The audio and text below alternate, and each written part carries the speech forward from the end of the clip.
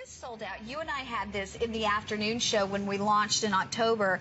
We previewed it, and we didn't even get a chance to talk about the pin pendant because it sold out from preview. Yeah. We did a little presentation on the earrings. This was one that our customers just, in seeing it in a brief second, they just fell in love with it. It's magic. It's magic. It's magic because it's something that you can wear with a pair of jeans and also at a sort of very elegant occasion.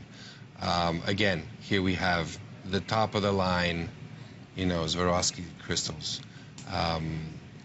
It just is a magical piece. The original piece actually is composed of 2 globes, but it you know, we have already so many long pieces, and you really need a lot of pizzazz to wear that. Wow. To wear that piece. Look. I like to think of it as a globe, which gives me an opportunity to think about the fact that we are globalized and how much it mattered to her that the life of a child, and that was probably the toughest thing for her to swallow in the 5 years she did the work for UNICEF, about the fact that a child's life has a different value depending on where he is born.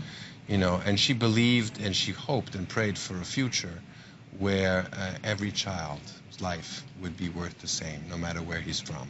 And so here we are globalized, but we will only be truly globalized until everybody gets treated the same, and the same chance at education, love, you know, a childhood. Absolutely. So that's our global pitch for the day. And that's what she believed in, and that's what we continue to do every day. Wonderful. Oh, and here's a picture of her wearing the earring. Yes. Look at that. There's also a picture where you actually see it with the 2 parts. Here it is in one part, and then there's one where you actually see it, the 2. No, that's not it. That's a global. Yeah, you're right. Tell us about that picture. Here it is. Oh, here wow. You see it with the 2 sort of globes. Okay. And here we've opted to go for 1. That's a lovely picture, isn't It's it? beyond. Sort of, yeah. Beyond. Oh, the They're earrings. gone. We have 2 dozen remaining in the earrings. So here we go again. This happened. It's some pieces just do it, you know. Some people, I think this is just one that speaks to everyone. We've told everyone that it is a pendant, but also a brooch. Yes, we told. Yep. And you take it off the chain. Let me show everyone that. Yeah. And have you taken a look at the chain? Yeah. The quality of the workmanship, because we forget. Look at that. You know, it's a twisted, like an amazing. Beautiful row. You really need a super close-up to show people, you know, and let me just the show quality of that chain. Because that chain alone is something that you can wear and wrap it around your neck and make it into a matinee length, you know.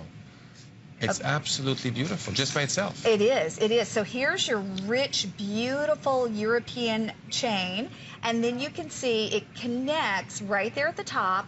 All you're going to do is take that off with the lobster claw closure, and here's your pin in the back.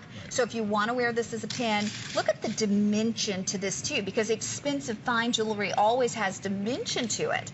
And you see that lovely dome, that lovely dimension, and again, all the crystals go all the way. You can see even there in the back, which you wouldn't see once you had it on, but you do have those crystals there. And then if you want to take that off, here's your chain. There you just take it off just like so with the little lobster claw closures, and you have a gorgeous pin. Let me show you the earrings quickly before they're officially gone. We have 1 dozen remaining on that earring, and you want to talk about an earring of a lifetime. This really is, Sean.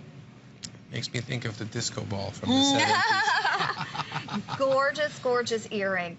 And okay, 1 dozen left on the earrings, but we do still have clip and we have pierced. And I want to give you a measurement on that chain too. The chain is 28.5 inches in the length. So you do have that longer length to the chain. And the pendant is 1 5/8 of an inch in the length by 1 5/8 of an inch in the width. The majority of what we have left, obviously, is the pin pendant, but we ordered more because that sold out immediately when Sean and I were on before. And I love the way we even did it here. If you wanted to create, the layered look. It's lovely, absolutely. Imagine that over a black turtleneck. You know, it's cold and snowy outside. Yeah. You got your boots on. Pretty snazzy. You don't need anything else. Exactly, exactly. And I love the packaging, and I know this is even obviously another detail that you worked on for a long, long time before launching the brand. Absolutely, absolutely. We pay attention to every detail, and we do that with every license, the very few that we do. I'll say it again, this is our first trial at doing something that is branded. It's only available here. And it is, we really cared mostly about making something of beautiful quality. Oh, and you absolutely did that. And partnering with Camrose and Cross, too. They were originally the ones that created the collection for Jackie O in the past. And, and so when we saw that, and we saw the results, we said, well, we can trust them, you know, to do this beautiful job. Oh, the earrings just officially sold out, but we still have the pin pendant. And I love not just the design, because as you look at this on our lovely Kate, obviously beautiful, but back to the inspiration, the global inspiration, the unity. It just, I think, you know, everyone loved your mother because she was a style icon and a fashion icon and absolutely breathtakingly gorgeous, I think that her humanitarian work is forever a part of her legacy. I think so you've got the star, the style icon, and the humanitarian legacy. But in a way, they all connect, because when we discovered her as an actress, she was a self-effacing kind of girl next door that puts on the little black dress and goes, and we're rooting for her. And then as a style icon, her look is as fresh today as it was then. Why? Givenchy says it. She used to take everything off those dresses. They'd come off. In those days, neither she nor Givenchy had the budgets to have the clothes created, so she'd take them off the rack from the fashion shows. She was a size 0, and she'd take every little thing that wasn't stuck on there off, and so all you had left was the little black dress to sheath the purity of the thing. And later on in life, that elegance comes through again in a different way. An elegance of the heart. Absolutely. So her work for UNICEF. You know, before I worked with you in October, I was trying to read everything I could about her on the internet and look up everything I could. And the interesting thing was so many young girls, teenage girls. It's amazing. You know, we've experienced this incredible sort of transition of our base. And I would say more than 50% of our fans today are young girls and boys, and she truly has, in a way, replaced Jimmy Dean off the door of the closet, you know, in the bedroom. No, it's amazing. I get about a call a week from these young girls that are presenting her for history a month or you know, research, and I do a Skype interview. Of course, I always clear it with the parents, but I do an interview and then I read their piece and make the corrections. But they're all in love with her, and it's almost like a, you know,